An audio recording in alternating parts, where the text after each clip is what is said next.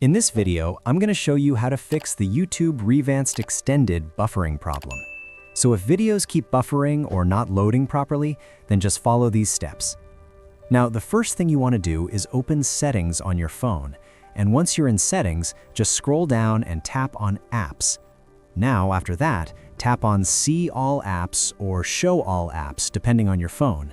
And once the full list opens, just scroll down and find ReVanced and tap on it.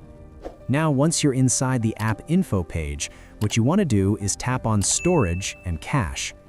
Now here, you want to tap on Clear Storage and confirm it by tapping Delete or OK when it asks you.